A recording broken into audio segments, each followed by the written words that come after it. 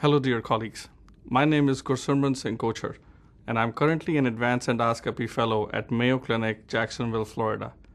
I would like to thank the Journal of Gastrointestinal Endoscopy for giving me this opportunity to discuss my article titled Endoscopic Fistulotomy in Inflammatory Bowel Disease Patients. This is a project which I did during my General Gastroenterology Fellowship along with my co-author, Dr. Bo Shin, at the Cleveland Clinic Foundation, Cleveland, Ohio. Fistulas represent one of the most advanced phenotypes in IBD. Fistulas in patients with IBD can be associated with significant morbidity, resulting in negative impact on quality of life. Fistulas often develop when there is underlying inflammation and stricture formation. They predominantly affect patients with Crohn's disease, but are also seen in patients with ileal pouch anal anastomosis after a proctocolectomy. Approximately 54% of fistulas are perianal, 24% are enteroenteric, 9% are rectovaginal, and 13% of fistulas include enterocutaneous, entrovesical, and intra-abdominal fistulas. The etiology of IBD-associated fistula can be classified into three main categories: disease-related, IBD surgery-related, which typically originate at the suture line, staple line, or anastomosis. And the third is cryptoglandular origin. Despite all the recent advances, management of fistulas has always been challenging. As of now, there is no definitive therapy for management of IBD-related fistulas. Medical therapy with antibiotics, immunomodulators, and anti-tumor necrosis factor or biologics have been used for treatment of IBD-related fistulas. Medical therapy is effective in less than 50% of the patients, even with anti-TNF agents. Surgery till date remains the most definitive management so far in management of IBD-related fistulas. Surgical treatment modalities include incision and drainage, ceton placement for perianal fistula, resection and anastomosis, and fecal diversion. Surgical therapy may be more effective than medical approach, while it is more invasive and carries a risk of peri- and post-operative complications and post-operative disease recurrence. Because of risk of these complications and a need to minimize surgeries in IBD patients, endoscopic treatment of fistula has always been sought after. Various modalities have been tried endoscopically in the past with limited success. Most of these therapies aim at closing the opening of the fistula.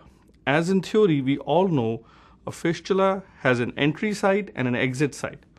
So if the entry site can be closed, technically closure of fistula can be obtained. Some of the treatment modalities used so far include hemostatic clips, over-the-scope clip, endoscopic suturing, surgical plug closures, etc. We have discussed about these modalities in detail in our paper. Our study looks at completely different endoscopic modality which has not been used before. We have demonstrated in this study using a needle knife technique to endoscopically drain the fistulas in IBD patients. We, with the help of needle knife, excise the wall of fistulous tract, thereby helping in drainage of fecal contents and thereby preventing the stasis. We use needle knife and can also use other commercially available knives like an IT knife to cut the wall. After we cut the wall, we use hemostatic clips at the incised edges of the fistulous wall, which prevents the excised tissue to go back together post-procedure. The concept of endoscopic therapy for fistula is adopted from that in surgical literature. Among surgical treatment modalities for perianal fistula, fistulotomy, whenever possible, is the treatment of choice. Fistulotomy includes laying the fistulous tract open for it to drain and heal, as compared to fistulectomy, in which the entire fistulous tract is excised surgically. In our study, a total of 29 patients underwent this procedure, of which 26 patients had a J pouch and 3 had ileocolonic resection. Of the 29 patients, 19 patients only needed one endoscopic session.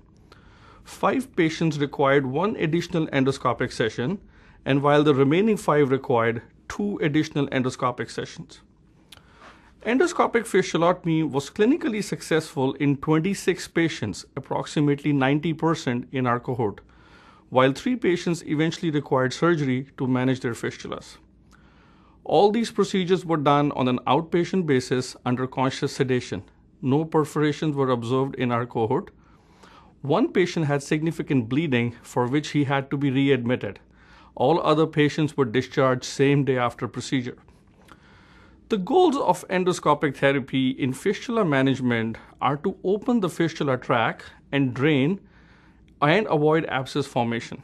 The endoscopy can serve as an adjunct to medical and surgical therapy. In our interventional IBD unit at the Cleveland Clinic, endoscopic fistulotomy has become the first-line therapy and a standard of care for carefully selected patients. We believe ideal fistulas for endoscopic fistulotomy are usually superficial, single tract, short in length, and located at distal bowel or in the perianal areas. These fistulas include IPAA fistulas, coloanal anastomotic fistulas, and colorectal anastomotic fistulas. In contrast, endoscopic fistulotomy is less effective in complex and deep fistulas. In summary, endoscopic fistulotomy is safe, can be performed as an outpatient procedure. Major benefits of the procedure are the ease of performing the technique, the safety of the technique, and the efficacy of the procedure.